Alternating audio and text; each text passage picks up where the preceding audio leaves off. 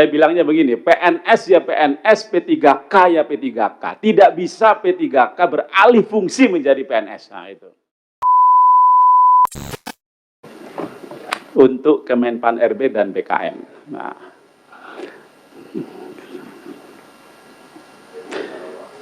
ya ini ada begini, kelihatannya tahun depan dan tahun-tahun berikutnya, termasuk kita semua ini, perlu ada apa ya, perlu ada kesepahaman, apa istilahnya itu, kesepahaman ya ucapan ya, tindakan ya terkait penanganan ASN kita ya. Di Undang-Undang ASN itu, Undang-Undang 20/2023, kita diminta menyelesaikan P3K Desember 2024. Nah, ini pemerintah sudah memberikan kelonggaran sampai tahun ini ya, Pak Prof. Ya. Nah, untuk itu maka kesepahaman yang saya maksud itu dalam ucapan dan tindakan adalah satu, tolong ini kita juga apa namanya tegas untuk semua ini, tidak hanya untuk Kemenpan RB. Karena riuh di medsos itu, Bu, sampai saya ikut statement ya, Bu Menteri. Satu, pejabat pembina kepegawaian ke depan tidak boleh ngangkat lagi tenaga honorer atau sebutan lain apabila tidak dibenarkan oleh undang-undang itu. Ini semua harus setuju nih, karena undang-undangnya begitu. Ya, jangan sampai nanti apa namanya tidak setuju ya kan. Walaupun kepala daerahnya, pejabat pembina itu orang kita, harus dibilang itu tidak boleh. Prof Zudan ya kan, tolong dikasih tahu.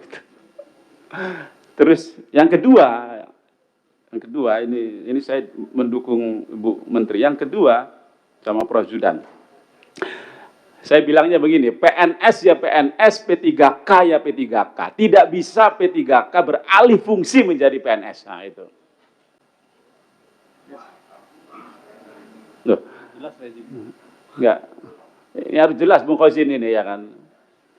Kita politisi butuh suara ya, tapi suara yang kita dapat atas ucapan dan tindakan kita yang tepat. Nah, gitu kan. Ya. Dia bisa ikut seleksi PNS setelah setahun bekerja. Bukan begitu ya Bu ya?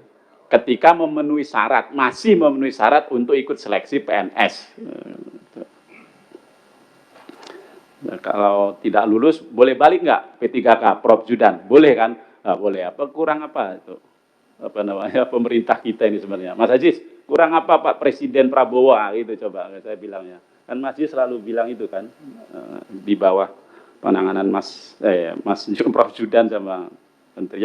Yang ketiga, ini kita perlu ada kesepahaman juga dalam ya langkah kita ke depan,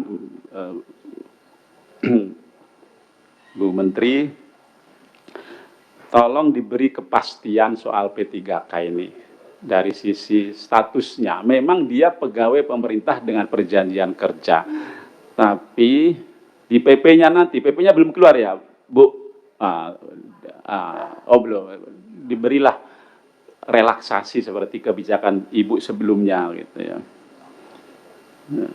Ya jangan sampai setahun sekali, ya evaluasinya boleh, tapi bisalah dia itu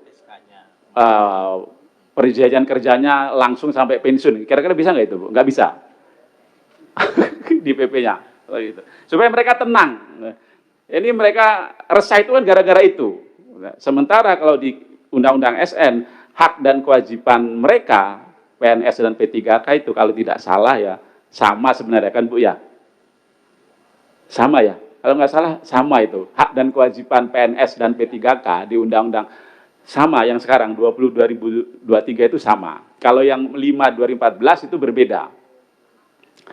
Hak pensiunnya mereka sama-sama dapat tuh.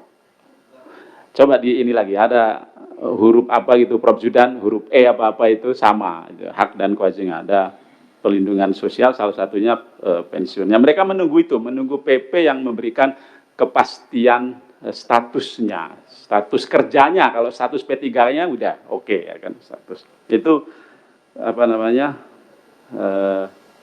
Kementerian PAN RW dan BKN.